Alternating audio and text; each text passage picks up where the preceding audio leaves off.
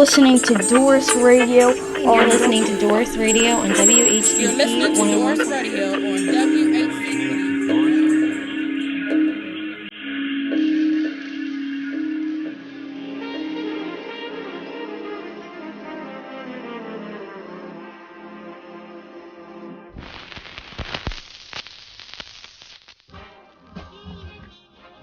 Welcome back, guys. I hope everyone's 2022 is off to an amazing start. The new year brings with it lots of excitement for the future and particularly hope. This week on DORiS, we sit down with someone who exemplifies hope in all that he does. Semore Buckz is the owner of DaGrinders Printshop, a renowned recording artist and certified hope dealer. We had an awesome conversation about life on the shore, his latest album, Grinancial Aid, and plans for the future. Yeah, man, I remember me spending my own $25 to go buy a Nas album. Walking to the store, walking to the store, getting home, peeling the plastic off of it, putting it in my Walkman, bro. That's a whole different feeling, bro. It make you respect it. Now you can just download some of my album, and man, if I can't take a picture, I might delete your album just so I can take this picture, because I don't got no memory. It make you digitally make you kind of lose the essence and the whole the feel of going to the store, and it might be sold out. You might gotta wait. Man, that's a whole different vibe. That is Semore Buckz. I'm Marco Garcia, and this is DORiS. You're listening to DORiS Radio. You're listening to DORiS Radio on WHCP. You're listening to DORiS Radio on WHCP. DORiS Radio. DORiS Radio on WHCP 101. What's up, guys? You're listening to DORiS Radio on WHCP 101.5. I'm your host, Marco Garcia, and I'm excited to be joined today with Semore Buckz. What's good? What's good, Brody? How we doing, bro? I'm good, man. Nice to be here. Nice to have you on. Super excited to get to catch up with you on the air today. Like I was saying, I'm a huge fan of your work. We love your music, and really excited to get into more of your story and get to know more about you. Let's get it, man. Appreciate you too, man. Thank you, dude. We're gonna start by going back a bit. We're gonna rewind back to when you were growing up, and I'm gonna have you tell us about some of the music that your parents were playing around the house when you were growing up as a kid.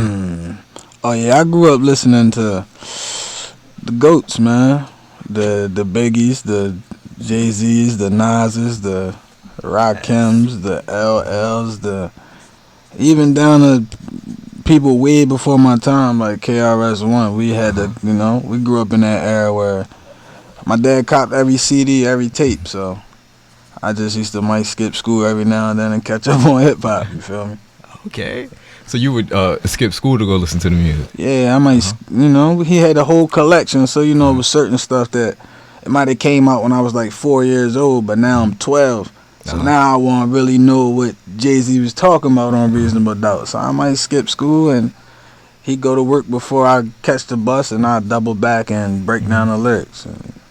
Tell me about what was one of your favorite songs that you found in your dad's collection. Banned from TV by Nori. Banned from TV. When I heard that, it just was like, I don't know, I just thought that was the hardest song ever in rap at that point in time. Like. So tell me, where were you at? Where'd you grow up? I grew up in Cambridge. And what was it like? It was slow. Might have fast moments every now and then, but we ain't really have much to do besides perfect your craft or whatever you did. So I was outside, but I was in the studio a lot too, though. Sweet, man. What were some ways, like even before that you found to express your creativity and growing up in the area here? Nah, for real. I remember one time I had had to do an essay for the class, but I ain't do it. So I went up to the class with a blank piece of paper and just freestyled the whole essay and when she asked me to turn it in, I told her people stole my paper because they was hating on me. And that's when I knew, I might can rap for real. Dang, bro, that's awesome, man. Yeah. Were you a freestyler at that point? Yeah, because I didn't think rappers wrote raps, so I didn't write raps until later on in life. I just always just freestyle. That's mad dope. That reminds me a lot of Wayne. Wayne, he never write his raps down. Man. Carlos, Nino Pen. Oh yeah, that's bro. Yeah, his name Nino Pen because they don't need no pen. Bro. I love that. That takes a lot of skill to be able to come up with this things on the fly, and like I can only imagine how much time you put into perfecting your craft. So tell me about the beginning. How did you get started? Man, honestly, I had a homeboy who wouldn't let us play the game unless we freestyle. So he's like, yeah, you can't play the game until you freestyle. So I freestyle, he recorded it, let people hear it. A couple older people said I could rap, but I ain't really like take it serious for real. And then my cousin had like a little karaoke machine type studio joint. I used to freestyle, and my sister used to write my raps down because I couldn't really spell everything I was saying. I'm like 9 years old, 10 years old. So she knew you had talent. She could see it. Yeah, but I ain't really. I'm just having fun. You feel me? But then, you know, as time went by, more people found out I could rap, and then it kind of like became the thing I do. Dang, man. Tell me about your most recent project, Grinancial Aid. What was that process like, making that, and where did the inspiration come from, and Like, how has that been? Grinancial Aid kind of was inspired by, like, you know, like a spinoff of financial aid. The world kind of was like in COVID. Yeah. They was giving people mad free bread. People was messing the bag up. I'm like, all right, I'm gonna give you some Grinancial Aid. Here goes some advice to help you maintain your bag. So I kind of like seeing how the world was moving and kind of like dropped like a slower paced album so they could sit back and lay with it for real. I love that. You know, there's a lot of aside from just the entertainment, there's a lot of educational portions in your music. You know, you're really telling your story, but then also, like you just said, advising people, and it's a reflection of our current climate, and I think it's something that a lot of people can relate to. What has been some of the biggest shifts in your musical process, your creative process, from post-COVID to pre-COVID? Shows slowed down, so we had to like figure out how we could connect with the people through online. So like, we couldn't physically sell to people merch, so we had to create websites and stuff like that. You still generate a little bit of revenue, even though the world slowed down and you couldn't hands-on touch your fans or your supporters. Dang, man. And speaking of merch, tell me about DaGrinders, like what is that process like, and how has that shifted post-COVID from you know, what you were doing before, and how have you switched your business model over? Honestly, COVID kind of like spiked it, because I used to like sell merch to like, you know, go along with the music, like give you something to go home with. But then COVID hit, kind of backed my orders up or whatever. But it kind of like spiked it too though, pushed it it's to like, the main. yeah. So eventually we caught a couple flips, and we just end up buying our own machines and cut the middleman out, and now we got the DaGrinders Printshop. So it went from t-shirts to us actually having a little empire for real. That's beautiful, man. What has been some of the highlights from this whole process, you know, thus far? Because, you know, you're still going. What have been some of the biggest takeaways that you've gotten out of being a businessman and an artist and entertainer during a time of crisis like coronavirus? Even through it all, I still got a chance to provide opportunities for my people too. So it feel better when your people blossoming too, you feel me? Like, nobody want to be the only one lit. That's selfish. And if I slip, my man's going to be my crutch. So just seeing everybody around me blossom, and we all took something negative and made something positive from it, that's worth more than everything for real. You just feel better when y'all all winning.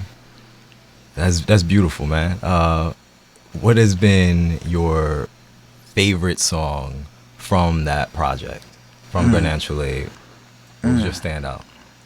It gotta be 10 Bricks. 10 Bricks. Tell me about it. Cause for one, it cracked $1 million. For one, it cracked $1 million. It got the Latifah UNITY sample, and it just the vibe. Like, I kind of like balanced. You don't really gotta be in the streets or anything to be able to relate to that.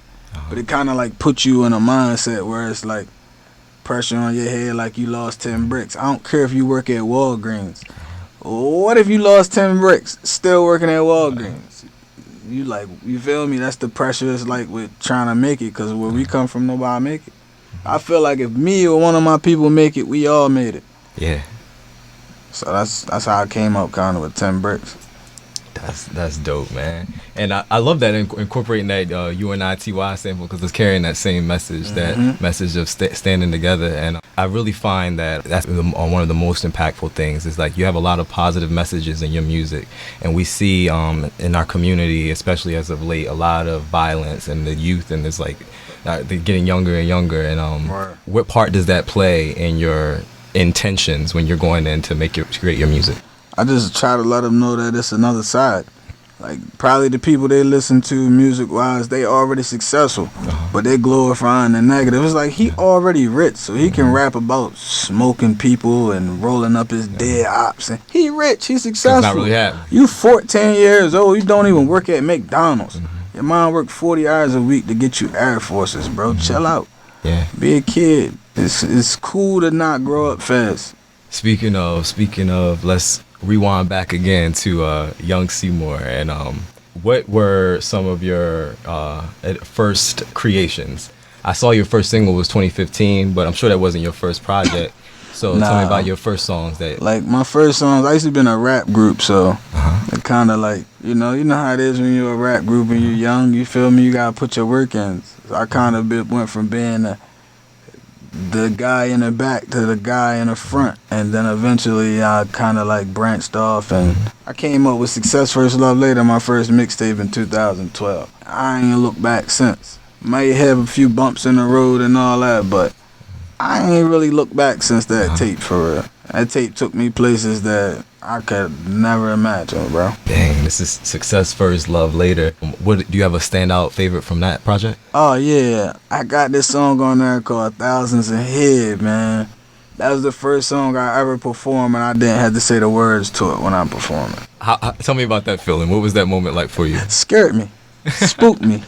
I'm like, what? Like, the crowd was louder than the speakers. I just put the mic in the crowd like I was a fake Jay-Z or something, Drake or somebody. Man, it was a good feeling, though. There's moments like that make you never give up, though. What has been, speaking of never giving up, what have been some of the hardest, things that you had to overcome in your creative process? I lost my best video. I lost complete albums 2-3 days before release date, and I had to create a whole new album in 24 hours, bro. Oh my gosh, bro. man! I done been robbed by producers where I might have spent 2 bands for a beat mixed down. They never send my sessions, and I probably took more losses in rap than I ever did outside in the streets, bro. Like, so yeah, you had to go through it. I had to learn. You feel me? The industry's shady, so you gotta go through that to know what you're dealing with. So I look at it like a learning experience. You feel me? Damn. But yeah, I did lose my best video though. I ain't gonna lie, I was tight. It wasn't my fault either. It's never my fault. So that's the part that, you feel me, that just add fuel to the fire though, to make you never stop though. Keep going. What were some of the ways that you were able to pull yourself back up when you found yourself struggling through those trials? Man, I would go home, because I live in New York. I would go home, go to my crib. My mom listening to my old album. I'm like, yo, listen to Meek Mill or somebody. I don't know Meek Mill. I'm like, yo, all right, I got to drop a new mixtape, because I'm tired of hearing he saying 15 songs and she rapping it word for word, talking about court and all that. I'm like, nah, I got to drop something new. Mom's keeping you motivated. I love it. Or like, I love it might be days that I come back out here, I'm Grizzy, I ain't Semore Buckz, so I might forget that I'm, you feel me? And then people remind me, and then I'm like, oh, all right, I got, you feel me? Because the people keep you going, you feel me? Like, it's going to be times that you're going to have bumps in the road, and the people just going to keep bugging you to the point where it's going to send you in the studio. Can't let the people down. Sweet, man. Well, before we close out the segment, tell me about our first track that we're going to hear today. I mean, we can hit them with 10 bricks, man. Tell me about this song. 10 bricks. UNITY sample. Latifah don't come from my pockets. I ain't got it. I dropped this probably in 2020. I kind of like dumbed the flow down a little bit so people could really like catch on, but it's still bars though. It's just a vibe, man. It kind of like fit what we going through right now. So it's like a motivational record, to be honest. Beautiful, man. Let's go into it. This is 10 Bricks by Semore Buckz, and we'll be right back on DORiS Radio. Keep it locked. You're listening to DORiS Radio. You're listening to DORiS Radio on WHCP You're listening to DORiS Radio on WHCP. DORiS Radio at WHCP 101.1.